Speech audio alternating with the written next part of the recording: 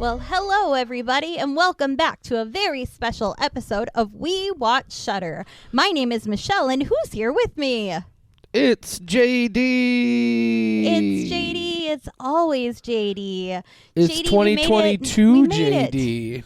We made it. We did. We did. You only have to be 2022 JD for another 2 hours, and then you get to be 2023 JD, who's an entirely different person. Isn't that great? Right. Here's the part that's blowing my mind is all I'd have to do is, travel a certain distance, and I would just immediately become 2023 JD, just on account of where I was. Wow, time is crazy. Time is wild. Really, really so crazy. Let's not talk about that too much, guys. No. What are we here Welcome. to talk about? We are here to talk about 2022, a year in review. If you have been listening for a while, you know that we cover all the exclusives and originals that come out on Shudder. We started this little project in March. Neither of us thought it would last more than a month or two, but here we are. Here we are. And between Spooktober, where we released a new episode every single day of a lot of different Shudder movies, and then in December, when we decided to cover the last of the 2022 original and exclusives that we had not gotten through yet, we have now seen and reviewed in an episode every single movie that came out on Shudder as an exclusive or original in 2022. So we're going to do a quick recap. That, by the way, is a total of 55 films that Shudder released this year, 33 originals, 22 exclusives.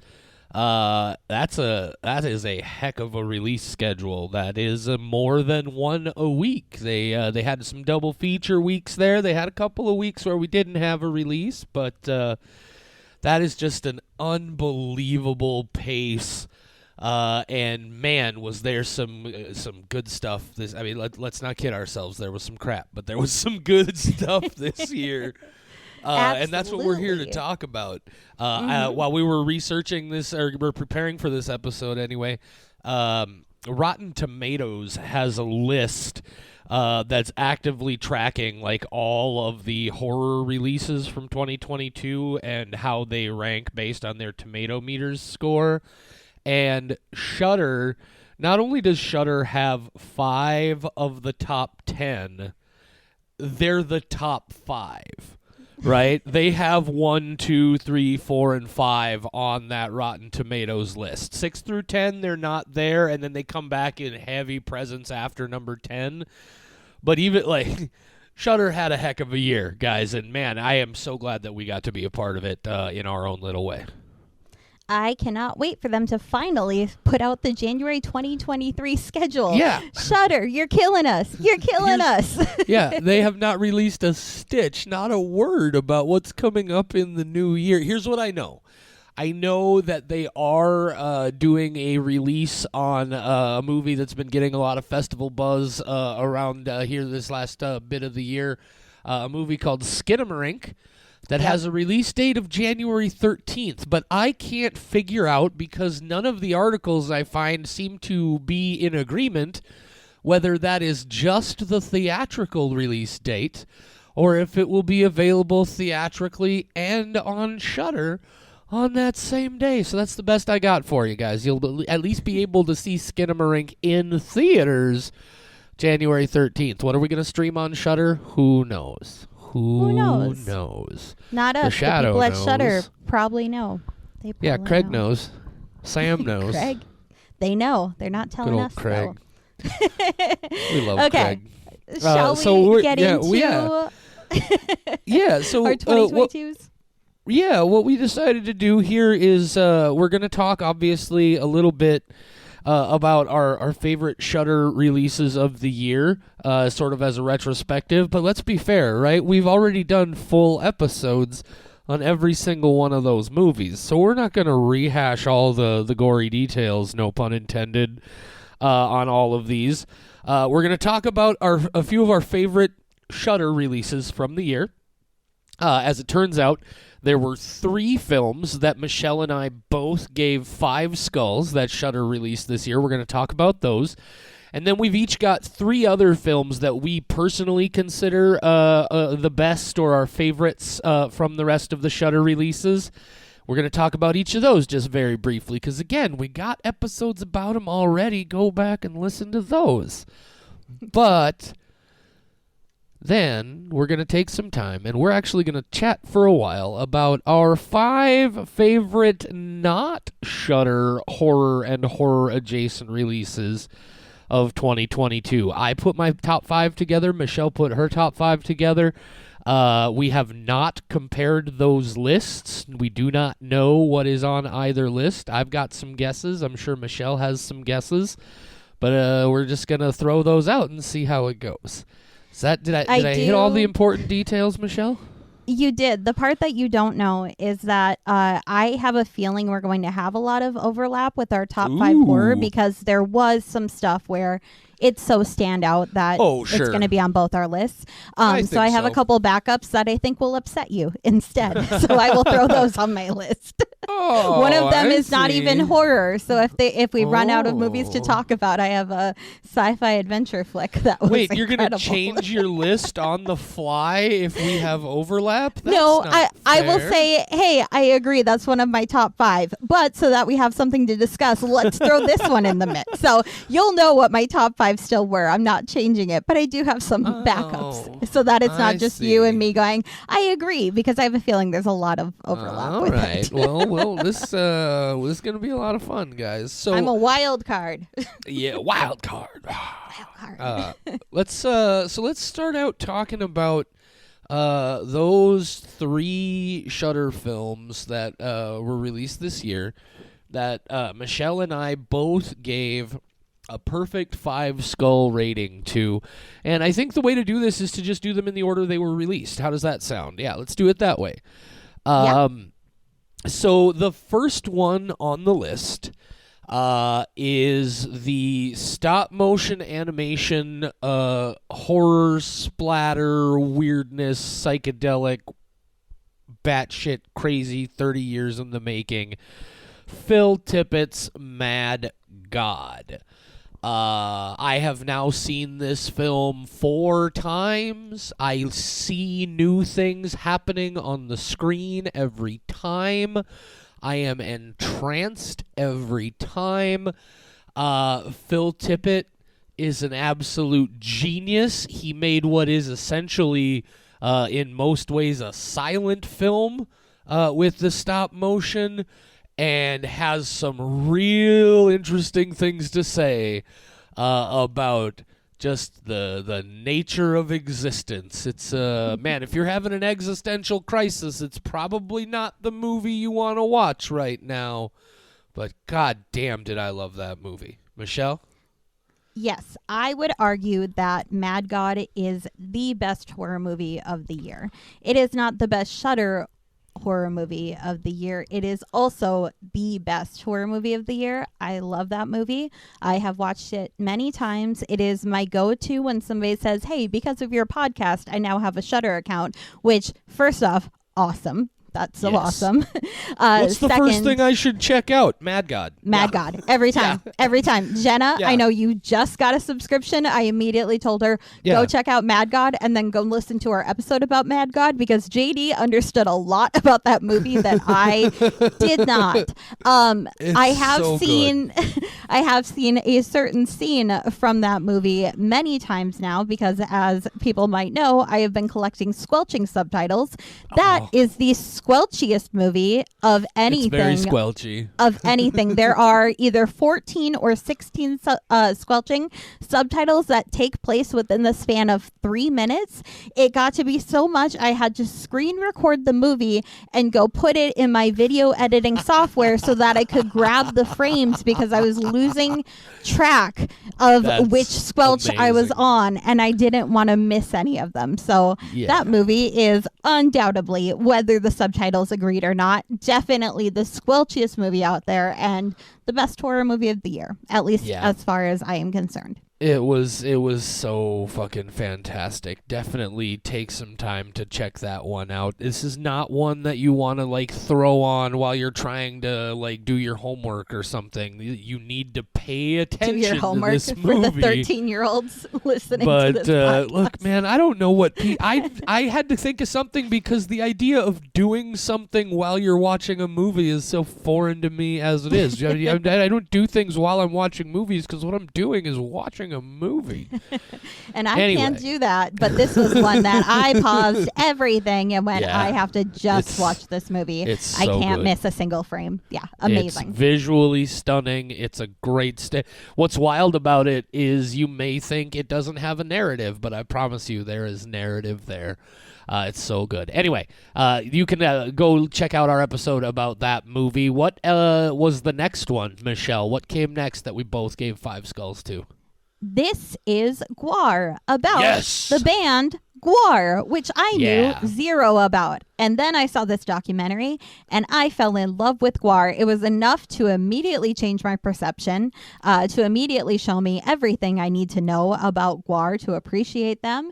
It was one of the most intriguing documentaries I have seen in my entire life because it found a way to connect you to these people where even if the music isn't your thing, these people are your thing. And it brings you in and it helps you relate to them, and you see some of the hardships that they went through, but so much love between them too. It is phenomenal. I went and I watched the documentarian's, I forgot his name, but he made a Nickelodeon documentary that I immediately watched like a day or two later, which I have been recommending to everybody because that is so good. It's on Hulu. There's I think it's called like This Is the 90s or something, but it's so good talking about the origin of Nickelodeon. So I want to see everything that whatever that person. Thank you. I want to see everything that they make. Yeah, and I agree completely. Michelle came at this one having no knowledge whatsoever of Gwar. I came at this having a lot of knowledge about Gwar. I had seen them live and had that experience, I want to say 8 times, is how many times I've seen them live. And I had there's just as much in this movie that I was completely clueless on because the band for so long, especially while Dave Brockie, a.k.a. Odorous Urungus, was still alive, like the band was very secretive. They kept a very low profile about what their real story was. And of course, Dave Brockie passed away. That's a fact. It's not a spoiler. Sorry, guys. But the way this movie delves into, like, it's a history lesson on the band itself like you have never seen before. It's an incredible story of, like you said, just love and brotherhood and family, and how sometimes that's really messy and really angry and not fun or happy. It is an amazing, in the same way that a movie from a few years back called Anvil, the story of Anvil, took this wild heavy metal band with a crazy story and made it this very human thing, and this incredible story about real people. It transcends beyond documentary into just an incredible story, and I strongly recommend everybody check it out. Absolutely. It's so good. Yeah. And then the other one that Michelle and I both gave 5 skulls to almost was not a double 5 skull, but I changed my rating as we were discussing it because I wasn't going to allow somebody spoiling the end of this movie for me the day it was released, Craig Engler. We still love you, but come on. You. And we really, love you. it's the person who wrote that article is to blame. It's just Craig happened to retweet it. But come on. Yeah, you put come the on. ending in the headline the day it comes out. Give me a break, guys. But no, we're talking about a movie called Resurrection. Is Resurrection the most original or unique or clever horror movie you've ever seen? No, I don't think so. But here's what makes Resurrection for me a 5 skull movie. It is a really interesting story. It builds really great tension and atmosphere. And then, unless the CEO of Shudder has spoiled it for you by sharing a headline that tells way too much about what's going to happen, you get this batshit climax that's just off the wall. Don't right? say too much about it. And no, that's all I'm saying. Yeah. But and then what elevates it? What takes it to that next level, and I hate even using that word elevate because I hate this new term elevated horror that's being tossed around. Knock it off.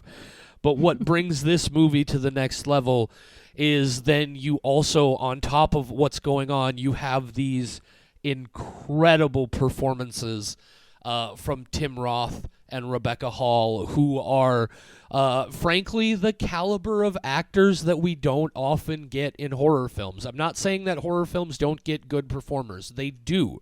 But there does seem to be this class of respected actor that we don't always get a taste of in movies like this.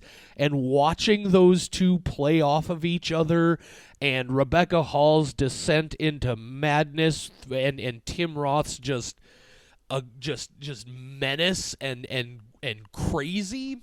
Yeah, this movie was so good. So good.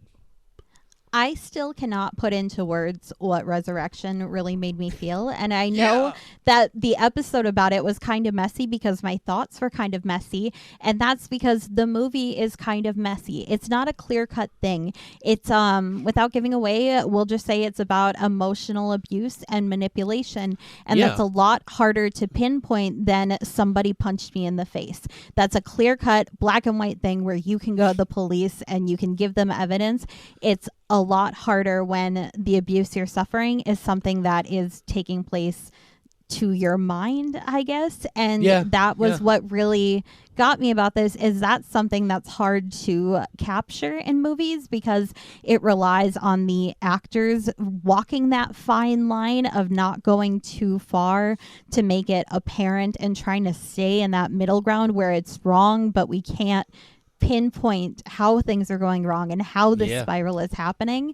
And it just perfectly captured what that abuse is like in a way that I haven't seen in another movie. And I was completely blown away by that one.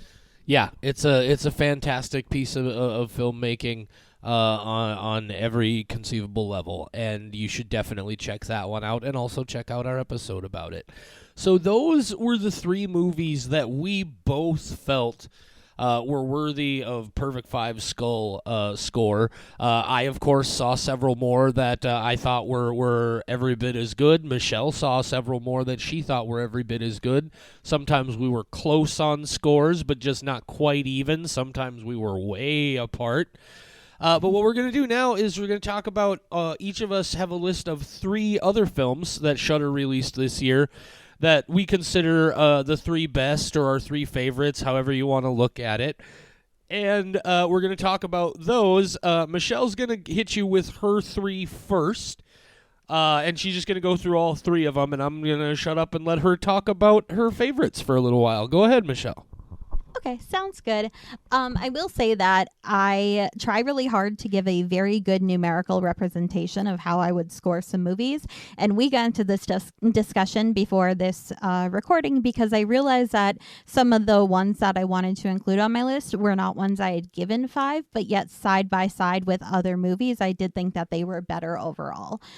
So I had a very hard time trying to figure this out. And they're still in the 4.5, 4.75, 5 range. But just if you are tracking your numbers as obsessively as I am, know that, yes, I am aware that they do not match up.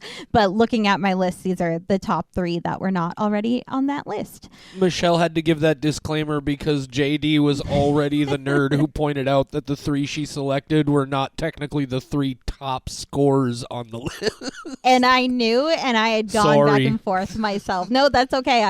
I planned on giving a disclaimer anyway because while Scare Package 2 tickled my fancy like nothing has ever been tickled before, it's not the movie I'm going to recommend as the top 3 for everybody. It made me delighted, but it's not going to be on my list of general consumption. So Scare Package 2 gets a recommendation. With that in mind, Michelle, what is on your list? Yes, Ooh, was that a on my squelch I list. just heard? That was me drinking water. I was hoping It was kind of didn't pick it squelchy. up. I liked it. Oh, no. Okay, well, A little great. quick behind the scenes here, guys. When we record these, we do it using a Zoom call, a Teams call, whatever you want to. It's Facebook Messenger, actually. I don't know what I'm talking about. But what I'm just sort of is Michelle is actually watching me on the call while we do this.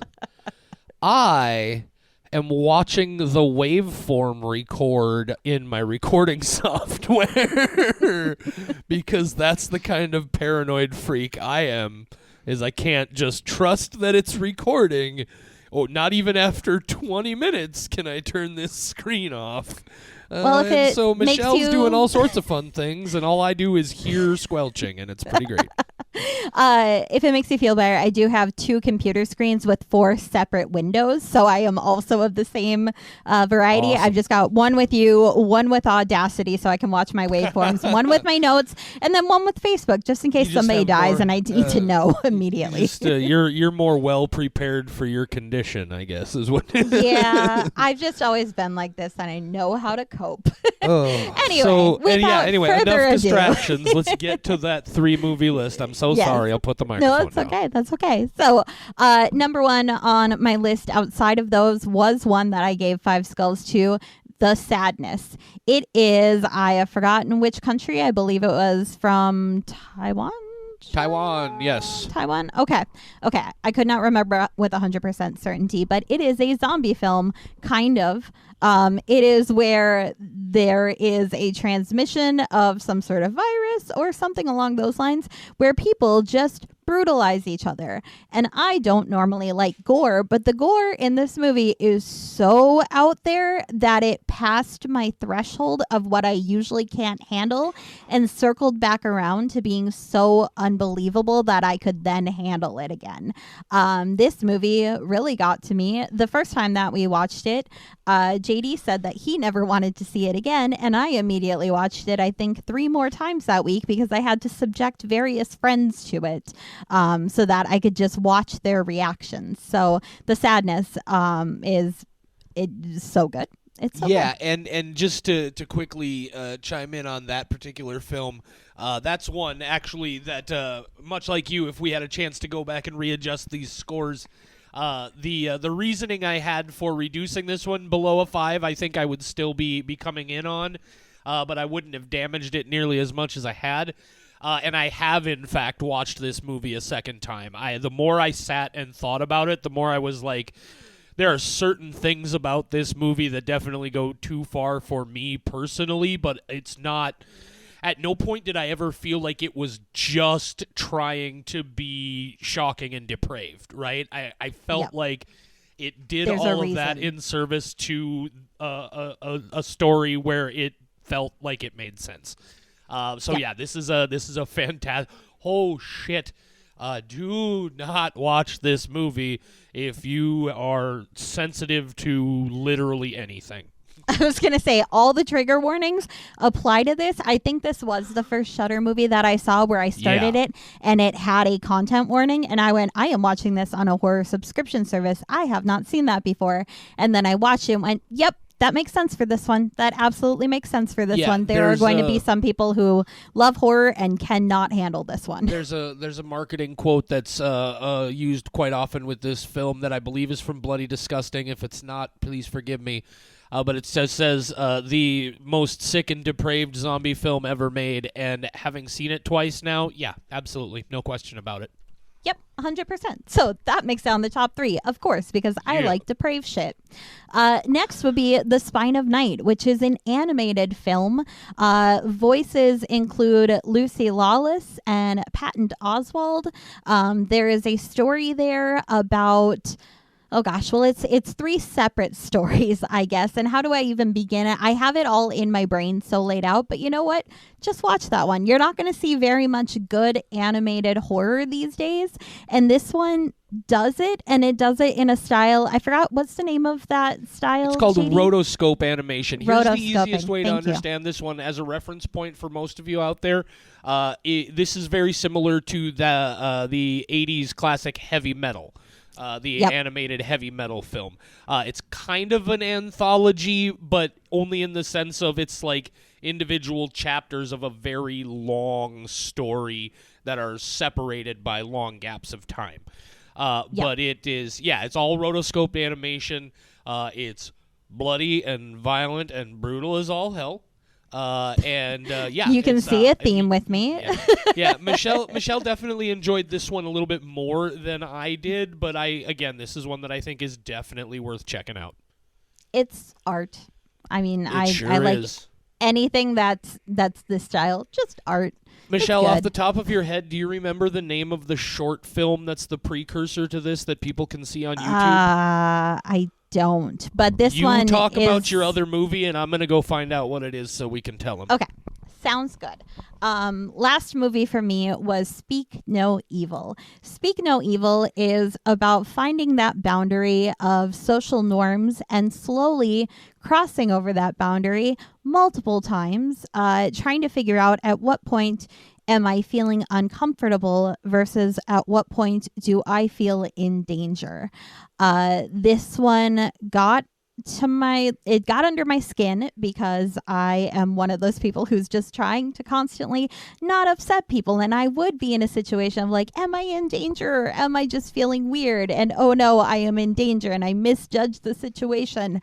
So it hit for me. I have heard a lot of different opinions on how this movie sat for others. And I think it will really depend on what type of person you are. And in this situation, I would absolutely be the person who should get the fuck out of there and then does not trust my instincts. We're not going to say a lot about that one. We're just going to say that it's very upsetting if you have the type of personality that I do. It's very stupid if you don't have the type of personality that I do.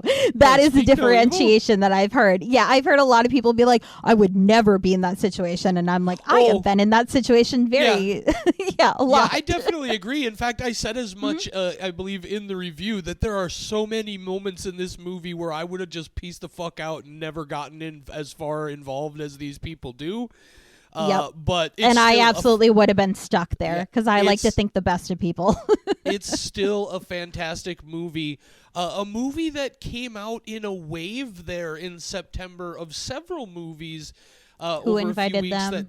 Who invited them? Speak No Evil, even Sissy to a certain extent. These movies that are kind of about microaggressions and how the slow layering of microaggressions can build to complete fucking insanity. I did really enjoy Speak No Evil. Also, we'd be remiss to not point out that our episode about Speak No Evil also far and away our most listened episode of all time so far. We have, I want to say, 3 times as many plays on that episode as we have on any other episode we've done. So a lot of you checked that one out, and thank you very much. But if you haven't heard it, go check it out, and definitely check out Speak No Evil. Another movie that builds to just a climax that, again, because of that layering of small layers, it's so good. Really love that one.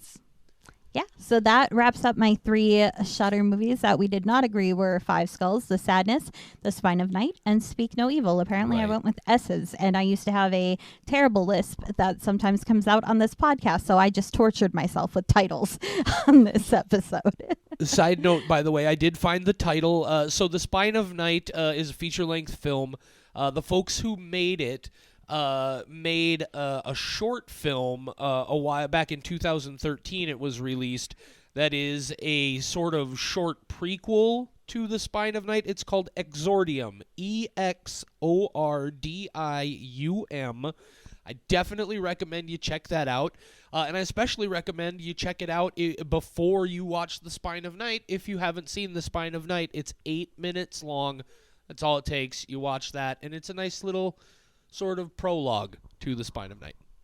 Plus, it'll tell you if you will like The Spine of Night, and then you don't waste an hour and a half for something that you would not enjoy. It's it's a very similar. Good taste test for that movie overall, for sure. All right, so should you tell us your taste of testing, JD. Let's try to transition. It did not work. Yeah, Segue. we can talk about my other three. All three of these are movies that I did happen to rate 5 skulls this year. I think I also just happened to have a couple more than Michelle did. But weirdly enough, I don't think I have a single 4.75, and Michelle has several of those. Maybe I just forgot 4.75 is a number that exists. No, so the three that I chose, in the order that they were released, the first one is one that I actually didn't see until near the end of the year, because I decided to wait to watch it until we got back around to doing those episodes, is a movie called All the Moons. And this movie took me completely by surprise. It's a vampire story, but it's barely it's not a horror movie at all. I'm not even going to say it's barely a horror movie. It's not a horror movie. It is the definition of what we call horror adjacent. But such an incredibly emotionally moving film about family and selfish love and the fallout from selfish love, and heavy things like the value of life and death, and the significance of the two, with one of the most incredible, powerful, just mesmerizing performances by a young person. I'm not exactly certain how old the actress is. She may have been early 20s at best. But just an incredible performance, an incredibly emotionally riveting film that just really kind of rocked me to my core in very, I don't want to say enjoyable, but very valuable and positive ways. Yeah. I still don't have a better way to explain that movie than you did in our episode. That's basically how it happened both times. Of just, you described it really well, and I went, yep, I have nothing that will top that. So yeah, I agree. It's a very good movie. It's so good. Yeah, it's fantastic. The next one that I put on my list here, another one I gave 5 skulls to. I actually mentioned it by name just a moment ago. It's a film called Sissy that came out right at the end of September. And this movie, look, we know if you've been following the show for a while, JD likes his slashers, right? That's one of my personal favorite subgenres of horror films. Halloween is my favorite horror film of all time, and Texas Chainsaw Massacre is right there next to it. This is such a unique and inventive, I have not seen quite so unique a slasher film in a long, long time. It has comedy elements, but I would never describe the movie as a horror comedy. It balances, when it has its gory and aggressive slasher moments, they're so well balanced, and they reserve them so well that they hit real hard. And one of the most inventive and original spins on the final girl trope that you will ever see in your life. Just completely turns the final girl on its ear, and I loved it.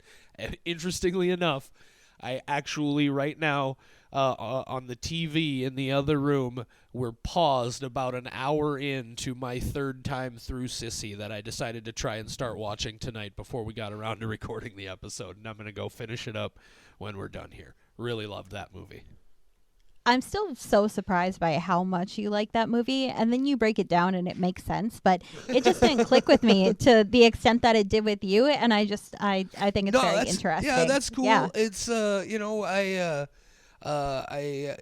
everybody's going to see things the same way you do. Oh, of but course I not. pride myself on knowing why I like things, and this is another one.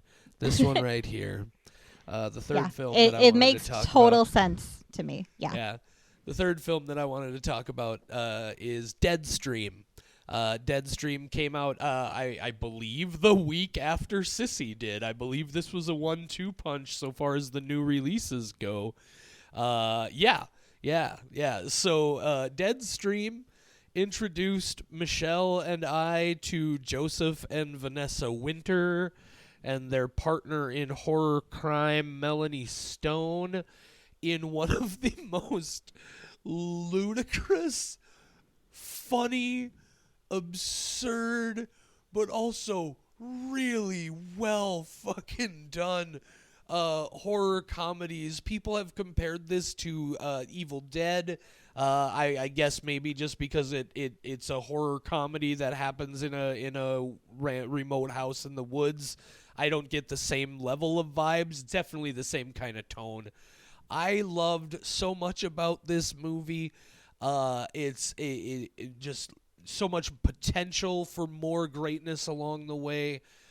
This was just a rollicking good time, and I you know how much I enjoyed it because I just said rollicking, and that's a word I decided to dig out of my vocabulary. It's so much fun. Some of the most hilarious comedy done with the found footage genre that I've ever seen. Yeah, I had such a great time with this, and I very much look forward to seeing what this team does in the future. The main character of that movie was done so well that he irritated me so much that it affected my enjoyment of the movie, because the character was perfect and then the character never went away. He never dropped character. Right. And that is both a good and a bad thing, because I would have liked Deadstream so much, but the character that they wrote as the lead drove me insane in a way that they were supposed to, but it bothered me. If some of you remember from the episode that we did about that movie, I also had that experience. The difference is just for me, it turned that corner for a little while, and then it turned the corner again. Like, it did enough to bring me back around in a way that it didn't quite bring Michelle back around. But of course, that team went on to do that final segment in VHS 99, or was it 94? No, 99, because it was the millennium. Right. Yeah, in the VHS 99, that has a title that has something to do with hell, and I can never remember what it is, but that was so great. Deadstream was a fantastic. The assortment of cameras they end up with, the camera gags at the end of the movie. Oh my God, it's so good. I loved it. Go check it out. I'd even recommend it. Just be prepared for that character. Yeah. Oh, that character. There's a good chance that the lead guy there, played by Joseph Winter, will be too much for you. But all right. So, but he plays him perfectly. Yep. Yeah, those were our favorite Shudder releases of the year. And I mean, look, we could talk all day long about other ones. There are definitely more that we loved and really enjoyed. But we're working on a timetable here. Kinda, maybe, I don't know.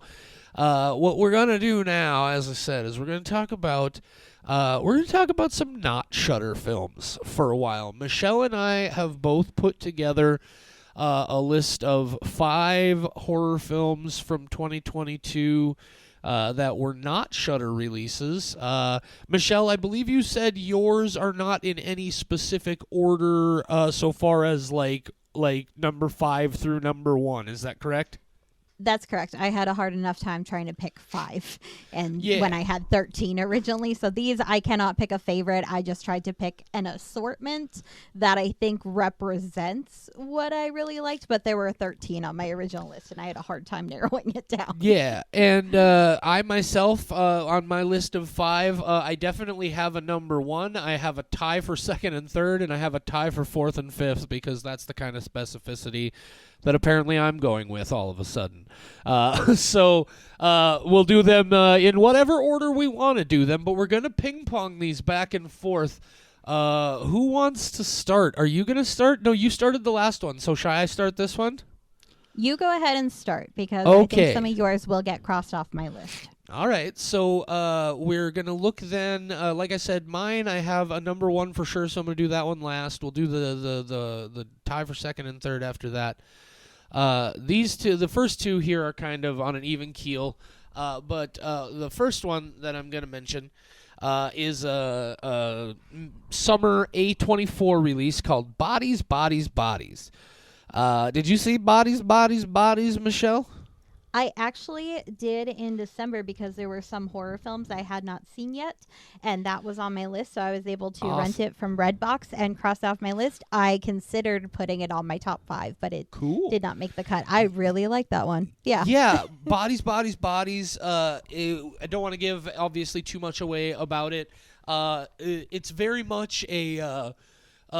you can I think...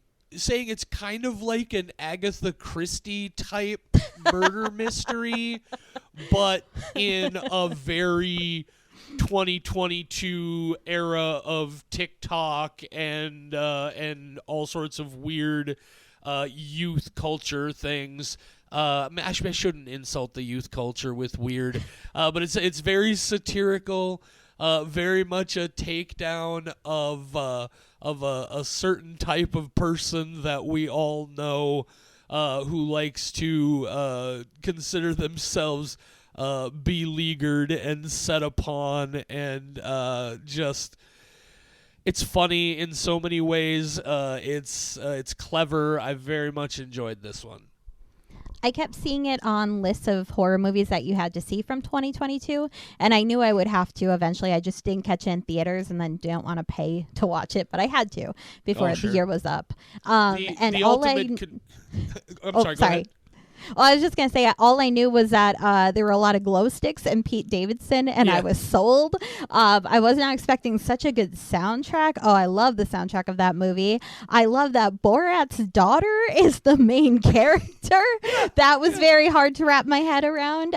It is also very funny, and trying to figure out what's going on while the characters are trying to figure out what's going on. It's very intriguing, and you don't understand how these things are happening. Yeah, and what I was going to add there, just to sum everything up, is with a conclusion that is one of the most just beautiful statements I have ever seen in a horror film. It's so good. Definitely check out Bodies, Bodies, Bodies. I put that one in my number 5 spot. What did you have here? Name one of yours, Michelle. One of mine, we will go with Hellraiser, because I don't think that one's going to overlap. You did not have that on your top 5, right? Oh, certainly not. Okay, I did not think so.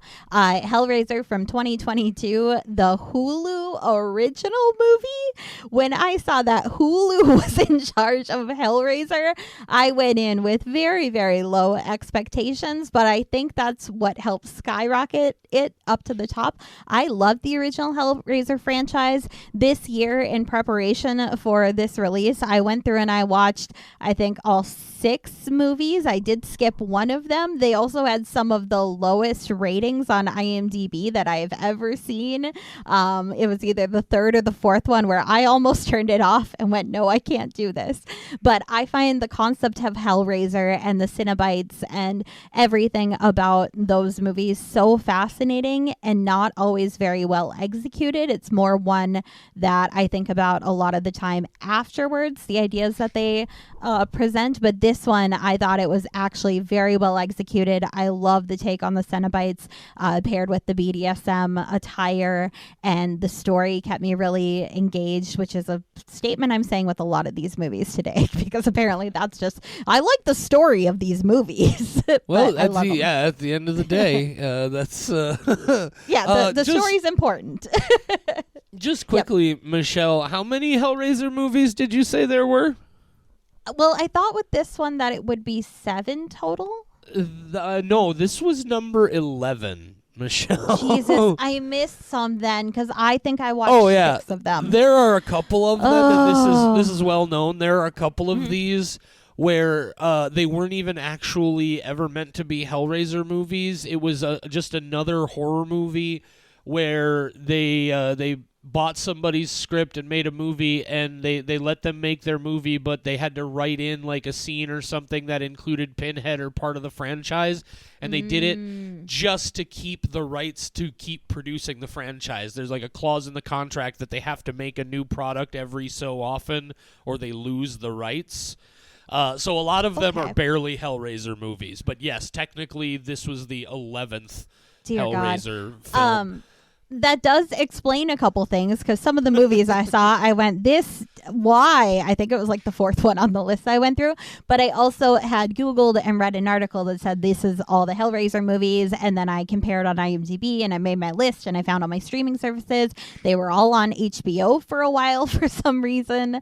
So I had found an article and I wonder if that one omitted the ones that are like probably not even really Hellraiser movies, because at least the ones I watched, I could see where it tied in. It was just very, very bad. Yeah. That being said, I have never personally been a big fan of the Hellraiser franchise, and that did not change with Hulu Raiser. This one, it didn't really work for me at all. Interestingly enough, I thought it, like, the super high definition and the great lighting and everything didn't do a lot of the special effects any justice, I think. This one just didn't hook me at all, no pun intended.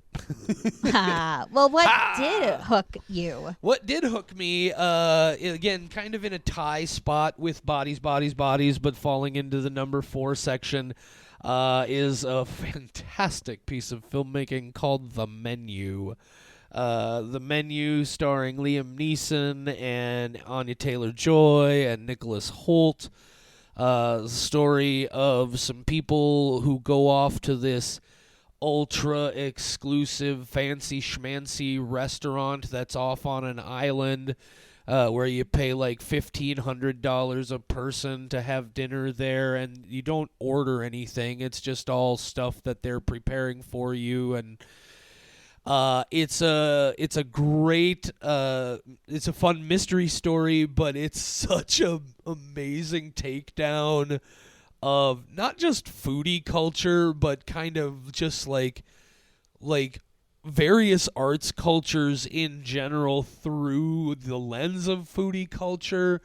Anya Taylor-Joy is fantastic. Ralph Fiennes, I think I said Liam Neeson earlier. I always get Liam Neeson and Ralph Fiennes confused. It's Ralph Fiennes who's in this movie. He, as this sort of like Anthony Bourdain, charismatic chef turned like weird kitchen cult leader sort of thing, is phenomenal. The movie is surprising when it needs to be. It's poignant when it needs to be. It's clever when it needs to be. I loved this movie. I've still only been able to see it the one time when I saw it theatrically, but I very much look forward to seeing this one several more times. I missed it when it was in theaters. I'm still bitter about it. It does come to HBO January 2nd, and I have been waiting. I have been constantly checking. So January 2nd, I will finally see The Menu. I've heard so much stuff, and it's one of those where I'm very mad that I missed it, and I can't wait for it to actually be available. Yeah, I think you're going to dig it. I probably will dig it. I do like digging. What's your number 4? My number 4 is going to go to Barbarian. Barbarian is one that you will never guess what is going on. You will keep trying to guess what is going on.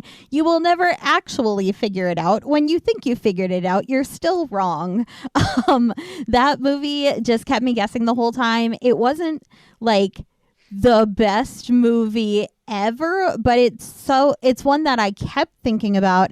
I kept having discussions with other people who had seen it. That was the one that kept coming up when we were talking about horror movies. It just stayed with me in a way that a lot of other movies didn't, and I think it's just such a, we'll go with a unique story that it's hard to not appreciate, and it is done well. It's out there. And plus it's Justin Long. Justin Long is my favorite Scream Queen. So I'm just a huge fan of Barbarian, and I'm probably going to watch it a couple more times. It really, no matter what I did, I could not guess what was going on. I was wrong the entire time, and I love that. Yeah, this is a movie that I was kind of torn on. There are parts of it that I really, really enjoyed, and parts of it that didn't really work for me. There's one shot in it's just all on its own that just is one of the most ridiculous things I've ever seen in my life. I was never certain if this movie was trying to be horror comedy, if it was trying to be real aggressive horror. I don't know. It was very tonally jumbled to me, but there are definitely bits of it that I enjoyed. There's a lot of potential there for things in the future from these folks, and I'm definitely looking forward to more. IMDb does not list this as a comedy at all, which is wrong. It's a horror mystery thriller, which is wrong. IMDb, hire me. I will fix these problems for you. If you haven't seen it yet, Barbarian is currently streaming on HBO Max. Well, you know what shot I'm talking about, right? Oh, of course I do. Yeah, with the water tower.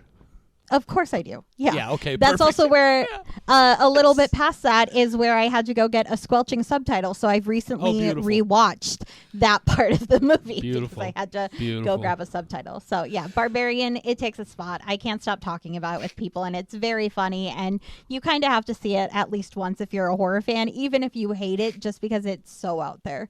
Right on, for sure. So that would bring us to my number 3, which again, kind of in a tie with my number 2.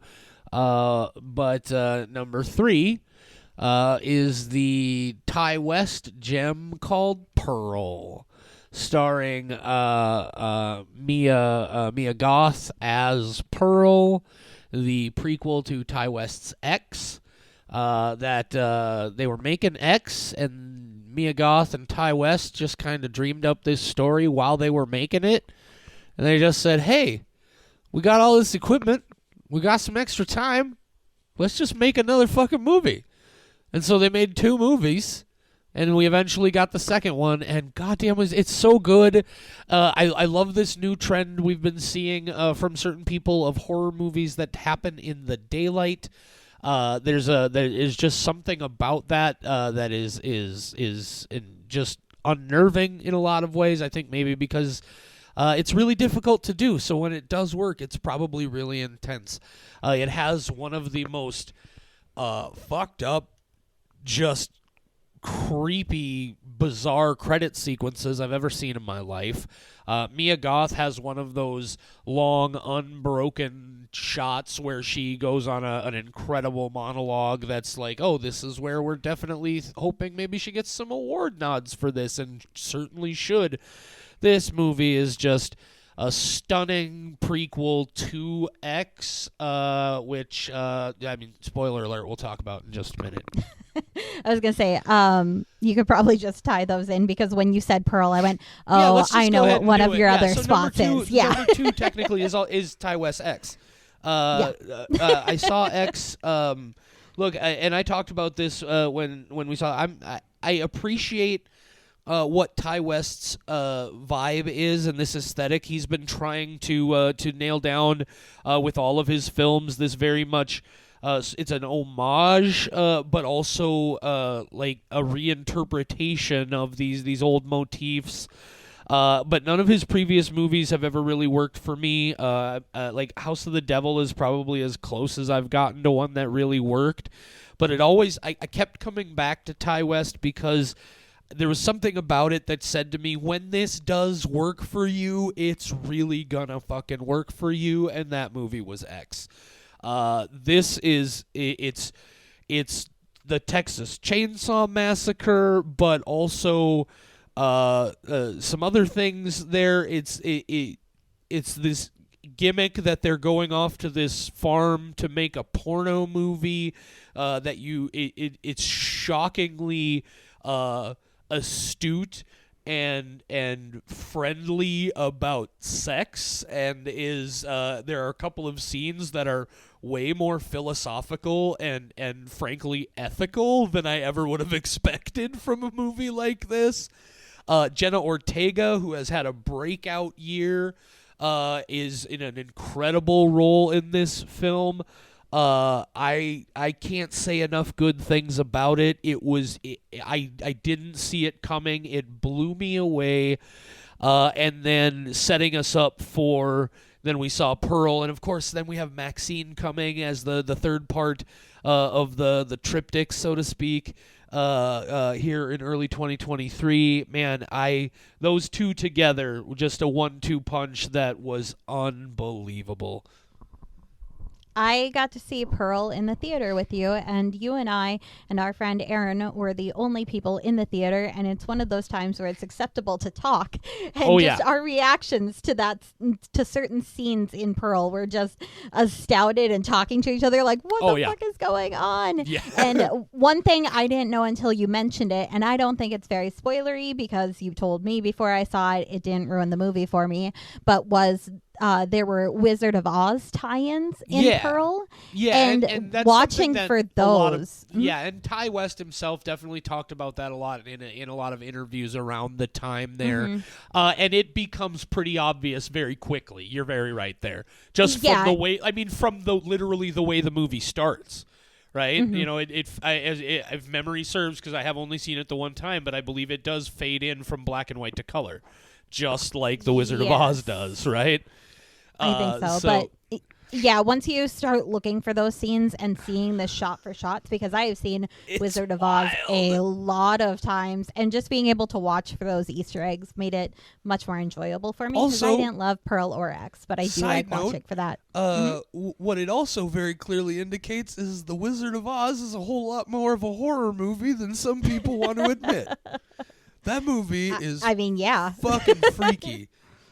My mom still can't watch it on account of the flying monkeys. She's a 65-year-old lady. She has never gotten over those creepy-ass flying monkeys, man. My husband has still never seen it. Oh, man. Because he wasn't allowed to watch it as a kid, and now it's just a thing that I'm like, can we just sit down and watch Wizard of Oz today? And he's like, no, it's my thing. I've never seen it. I know. You, Jonathan, when I make you listen to this episode in the car as you're driving me someplace, I'm looking at you right now and I'm upset about it. Yes. Okay. Anyway. All right. So go ahead with your number 3 and your number 2. Okay. Well, this next one is one that I was convinced we were going to double up on, but you did not include it in your list so far, and I know what your number 1 is. I feel pretty confident in it. The next on my list is Prey. That wasn't your number 1 spot, was it? No? Okay. So Prey. Prey was another Hulu original, which they've just been doing really well on original movies lately, ever since they started, what is it called? Blood Moon? Or the Bloomberg production where they put out, I think it's called Blood Moon, isn't it? You mean the monthly Blumhouse production? No, you said the Bloomberg production. Oh, sorry. Yeah, I'm too busy trying to think of what it's called. But for a while they were. I'm pretty sure Blood Moon is correct. Yeah. Okay, I can't remember if that was one of the names of a movie from them or if that was the name of the series they did. But they started doing this several years ago where they were putting out a monthly horror movie based on a holiday from that month. And I loved them. I was totally hooked. And I feel like that really helped them to start making some actually solid horror movies. And that includes Prey. Prey is the most recent of the Predator franchise. And if you haven't seen it, just go watch it. It's Predator, but with a Native American girl who sets out to prove herself, and the way that she is hunting this thing, and it's hunting her back, and the back and forth chases that go on between those two. Just go watch it. It's the latest Predator. You know what Predator is. You're listening to this podcast. Yeah, and it didn't make my top 5. It definitely would have been in my top 10. No question about that. But I'm that guy who, and there were more than one of us, but I'm one of those guys who will tell you that this is the best movie that there is in the Predator franchise. I know that's going to be complete anathema to some of you out there. I'm not saying I don't I don't like the original anymore. It's a fun movie. This is a better movie to me than the original Predator was. This movie is fucking fantastic. Really, really good. Yeah. I pray that you go see it. Haha. Okay. My next one I know for a fact is not in your list and would probably be in the worst movies of the year. Crimes of the Future. You're not wrong. You're not wrong. I loved it. I loved Crimes of the Future. Crimes of the Future is the latest Cronenberg thing. I was not a Cronenberg fan. I barely knew what Cronenberg was. And I had to start figuring out he did The Fly and all the other gross movies from the 80s that I disliked. So I went on a Cronenberg kick, and then Crimes of the Future was coming out. JD is a Cronenberg fan. He was very excited.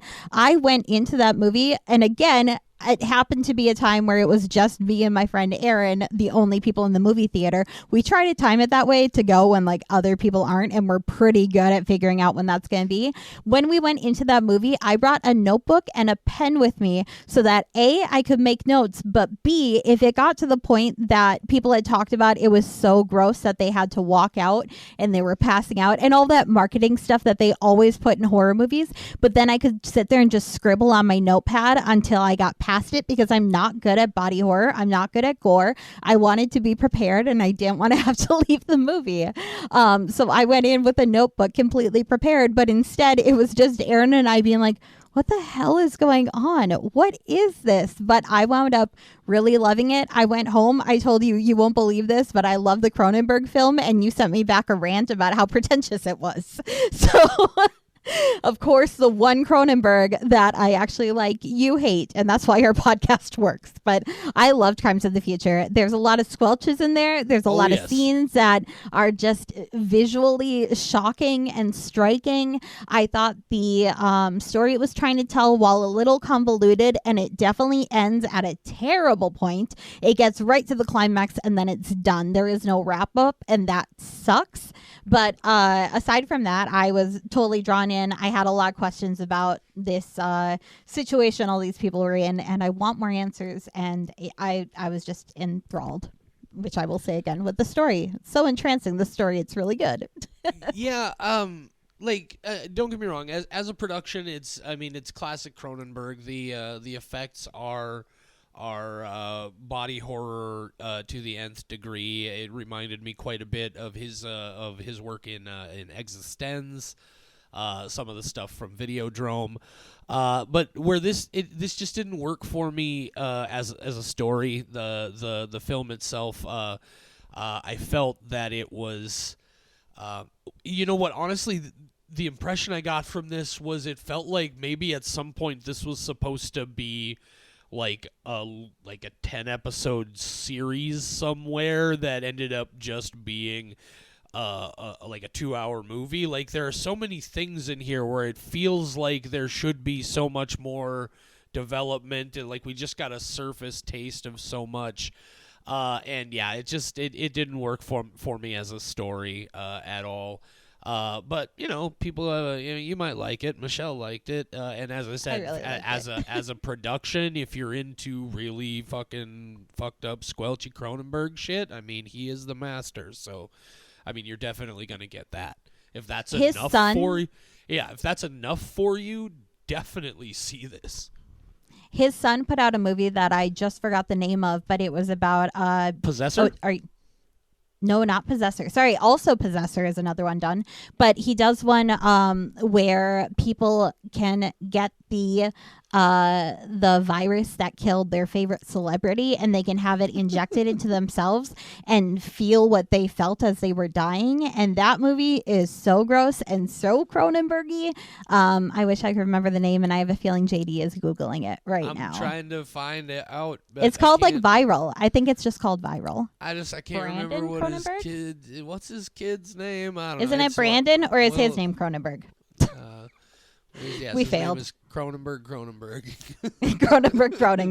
Antiviral is the one you're thinking of. Antiviral. Thank you. Yes. So Antiviral. I watched that this year, and that was it. I was like, is this a Cronenberg film? It is, but a different one. I am for sure looking forward to the next Brandon Cronenberg film, Infinity Pool, which is coming up here in looks like late January. So that's pretty dope. Yeah, I've been waiting for that one too. So that was your 3 and your 2. So we've each got the number 1 horror and or horror adjacent film left here. Should we count it down and see if we know it's the same one? You mentioned that you have a feeling you know what my number 1 is gonna be. Yeah. So why don't you tell me your guess as to what my number 1 is gonna be? Nope. I'd rather not. Nope. Oh, well, why not? Nope. Just nope. Oh, I see. I see. Is your favorite one Nope? No. It is not. Really? Your favorite Really? one was not? Nope, wasn't even Nope. the top 5. Nope would Wow. have been again. It would have made top 10. It absolutely would have made top 10. Okay. But now you have to tell me before I talk about Nope, because what? Yeah, to be fair, it is my least favorite, or my, I guess, no, yeah. I don't know. It's a great film. Don't get me wrong. It's a great film. I don't even know what I'm trying to say about it right now. It's really good. It just wasn't top 5 for me. And number 1 is probably going to make you angry. But so do you want me to do my number 1, or do you want to do? Was Nope your number 1? Yeah, of course Nope was my number 1. We'll I'll talk just say about it really Nope. quick before you make go me ahead. Talk about Nope. upset with. So Nope was Nope fantastic. It was great. Yeah, Nope. I was a little bit upset because I had avoided every single trailer I possibly could. I'd seen the first trailer that got released, and then I said, nope, I'm definitely going to see this. Nope, I don't want to see anything else. And then a week before Nope got released, I went to some Marvel film. I forgot which one. And they played a trailer that gave away way too much information about that movie. And I couldn't leave because it was a Marvel movie and it was about to. I was so upset. That movie is better if you go into it with no idea what's going on. It is both what you think it is and both not what you think it is at all. There's a lot in that movie. I loved it. I could not get enough of it. That would probably be number 1 on my list, and the only one that I could probably safely say would have that number 1 spot. I did consider putting Wendell and Wild on my top 5 list as well, which is the Netflix animated film that came out, but having 2 movies written by Jordan Peele felt like a bad idea. He's just been rocking it in the horror franchise land lately. 2021, I would have said Candyman would have been on my top list. I and agree. His Twilight Zone remake definitely had some of the best episodes of like a horror thing that I'd seen in 2019 and 2020. So I can't believe that this man who has made me laugh so much with his partner Michael Keegan. Oh my God, Keegan-Michael Key. I knew I was going to do it in the wrong order. Keegan-Michael Key. But with Key and Peele, those 2 destroyed me, and I can't believe that we have gotten Get Out, Us, Nope, Candyman, Twilight Zone, Wendell and Wild. This man just, whatever he's doing correctly. Yeah, and so what I was going to say earlier is that I go back and forth on it, but what I was about to say was it's my least favorite of Jordan Peele's films, but what stumbled me is I was like that. Like, I still love all of them. To say it's my least favorite is a ridiculous statement. But no, it definitely would have been my top 10. But not quite my top 5. So I'm worried. I'm gonna give you one more chance here. Do you want to take one more guess as to what you think my number 1 is? Guillermo del Toro's Pinocchio? No. Also a fantastic film, by the way. Okay. No. No, I don't know. I spent a lot of time thinking about it. And it's a movie that I did not see coming at all. It has resonated with me since I saw it. The more I think about it, the more I really love it. I've seen it a couple of times now since then. It's a movie that I believe you did not enjoy, called We're All Going to the World's Fair. Wow. I love this movie, Michelle. This is a movie that I wouldn't even necessarily it gets lumped into the horror genre. It's definitely more of what I would call horror adjacent, like we do on the show here.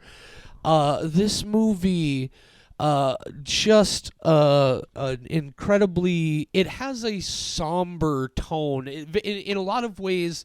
I mean, they're completely different movies plot-wise and thematically, but it has the same kind of somber tone that a movie like All the Moons, or a movie that some of you may have seen called Lake Mungo. This is a very solemn, very morose film. It's a very stark portrait of an isolated young person cracking under the weight of isolation and the frankly incredible ability to mimic reality these days. And for those of you who haven't seen it, to give you just enough so that you have an idea, it's about a girl who lives with her single father, and she doesn't have a lot of friends, and she spends a lot of time on the internet. And that's all I'm going to give you. And like this, again, what I felt was an incredible performance from the actress. I apologize that I don't remember her name right off the top of my head. The way the movie is structured and plays out, I had to watch it twice just to fully there are things in it that I missed, just completely missed the first time, that are crucial to what's going on here, because again, I was trying to do something else while I was watching a movie, and that's always going to fail you, unless you're Michelle. But no, I've seen this movie. I want to say 5 times now. I love it so much. It's a fabulous film. Okay. I am surprised. I do not agree. I'm just blown away. Yeah. No, I know how much you like that movie. Surprising. Okay. I'm still surprised you kicked Nope off of your list, but that's fine. We can still be friends, I guess. It's still in the top 10, Michelle. I guess that's fine. God, okay. Here we go. Fascinating. Well, can I tell them my bonus movie that we had talked about? I do find it interesting that you thought there was going to be a decent amount of overlap on our lists. Mm-hmm. But no, that's What were your alternatives? 0. My alternative, so I did want to mention Wendell and Wild, and so interestingly, a movie that I didn't really care for. Wasn't really my bag. I liked it. Yeah, I really liked it. I was trying to figure out if the Batman counted as horror adjacent, because I do find the Riddler very scary in that movie, and I am also a huge fan of the Batman. I was born on the day the original Batman came out, June 23rd, 1989. Batman came out, and so did I. So I am a Batgirl at heart. Wow. But that movie sucks, by the way. Yep. No, and that's why I debated putting it on my list, because I knew it would upset you. So that was one I debated. And then actually one that I truly thought might go on the list, but it is a thriller, is Fall. Because Fall freaked me out more than most horror movies do. It really got to me in a way that I don't really feel with horror. Horror doesn't scare me. That movie put me on edge, and I loved that about it. That is one that I have not seen, because frankly it looked like this is definitely, even if this is a really good example of what it wants to be, it's not something that I'm personally going to enjoy, so I never went out to see it. But I may give it a look-see just on the strength of your opinion of it, because that means either I'm probably going to hate it, in which case I can yell at you about liking a dumb movie. Which I always do. I may have a good time. Yeah. Which you should watch it and let me know. I've seen it a couple times, and I have also watched it with some fellow friends who are horror fans, and they really liked it. It is surprising in the way that it it does some things that you don't expect it to. And then my third alternative, in case we had overlap, was going to be Moonfall. It's so scary. Movie. The moon is falling. The moon is falling. Oh God, I laughed. Yes. That movie is absurd, but it was so. I mean, it was fun. Absurd. It's one of my favorite bad movies. Yep, yeah. I could not get over Moonfall, and I almost put it on my list. It's so scary. The moon is falling, because if we got that much overlap at that point, I was running out of options, and I just wanted to put some wacky shit on my list. So that's definitely fair. So the one non-horror that we said that we would recommend to people. Yes, in one the last movie episode, that you need to see. Moonfall. My favorite movie of the year, possibly my favorite movie of. I guess I could never call it my favorite movie, but I genuinely think it's the best film I have ever seen. What is it, Michelle? Everything Everywhere All at Once. What a fucking movie. Oh my God. I have had the same favorite movie since I was 14 years old. This blew it out of the water. I have seen it so many times. I sobbed hysterically in the movie theater for 20 minutes. It destroyed me in a way that other movies don't. And like I said, I'm very not sensitive to horror. So when movies can make me feel a very strong emotion, like one to the point where I'm crying so hard in the credits that I have to wait for people to leave before I can finally catch my breath and get into the car and then hyperventilate on the way to Frying Pan to get some comforting pancakes. That movie, it got to me. I've got some mama trauma that it hit on really well, but it's also mama trauma. That's so not funny, but it's funny. It's so true. But it's also just very funny and very action packed, and it has everything you need in a movie. And I also feel ashamed admitting this, but the last time I cried that hard during a movie, I was 14, and it was Nicholas Sparks' The Notebook. So this movie made me cry more than The Notebook. Oh yeah. So I mean, people who actually know me will not be surprised at all because they're well aware that JD is an emotional, weepy, sad bastard. But no, like this movie, I wept like a child. It just, I did not like. It's like you said, it has action parts that are just fucking great. It's an action sci-fi thriller comedy drama. It's absurdist at times. There's this scene with rocks that's just fucking what? That's what my favorite parts of that movie is. The rocks are great. The hot dogs are great. It's just there's all these levels, and then like from a craftsmanship standpoint, look, I mean, you can talk about all the awards in the world, but if the folks who edited this movie don't win everything, there's no point in ever paying attention to awards ever again. But if Top Gun Maverick gets even a single award over Everything Everywhere All at Once, I'm burning it to the ground. Yeah, I saw it in the original release. I did fortunately get to see it in the theater a second time, and I wept. I knew exactly what was going to happen, and I wept again at the same stuff. This movie is wizardry. Like, the Daniels did an incredible thing here. This is just I think, like I said, this is the ultimate expression of what a movie can be. And it was so fucking great, and I can't say enough good things about it.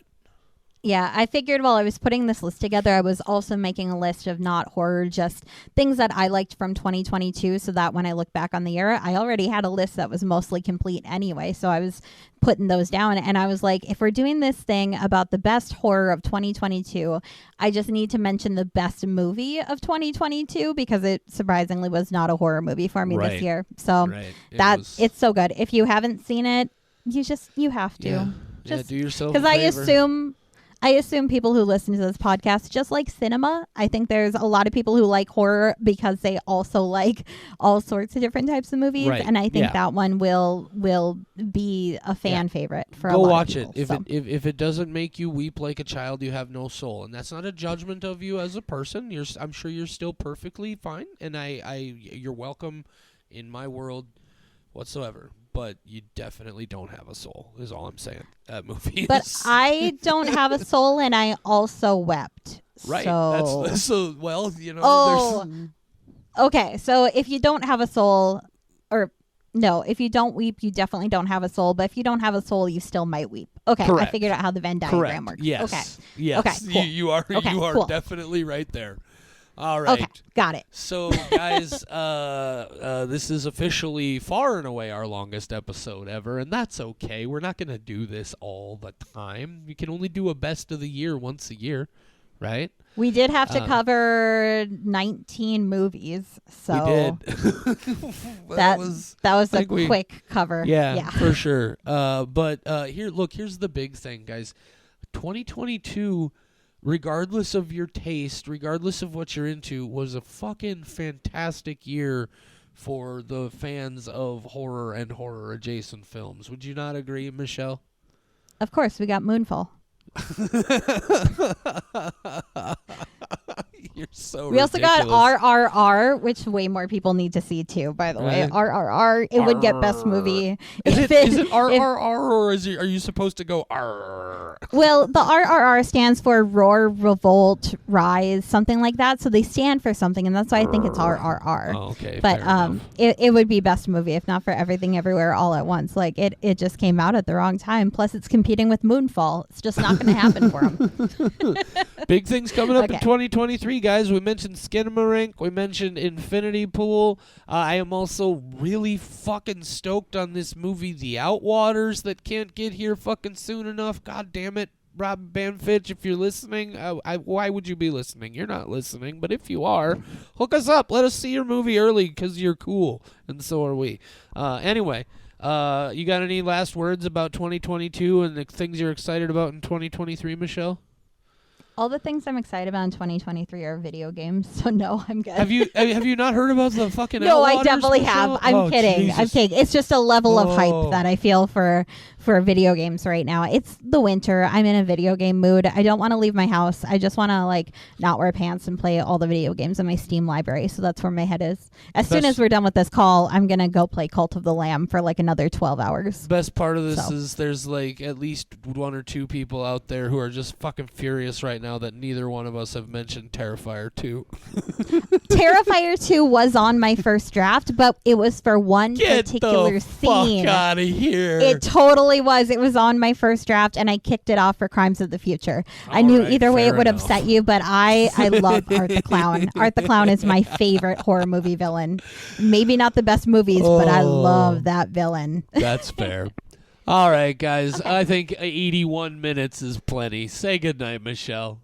Good night, Michelle.